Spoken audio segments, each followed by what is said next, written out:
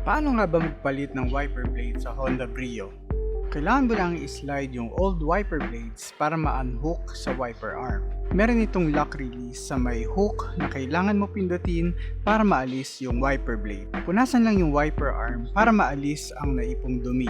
Sa pag-install naman ng bagong wiper blades, i-open lang yung lock sa ibabaw ng blade at ipasok sa loob yung wiper arm. Then ipasok yung hook sa may slot and then isara yung lock doon sa may ibabaw.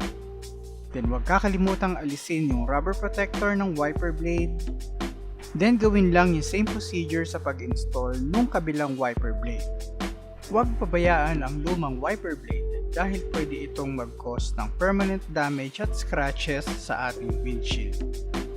For the complete tutorial, check nyo lang ang aking YouTube channel.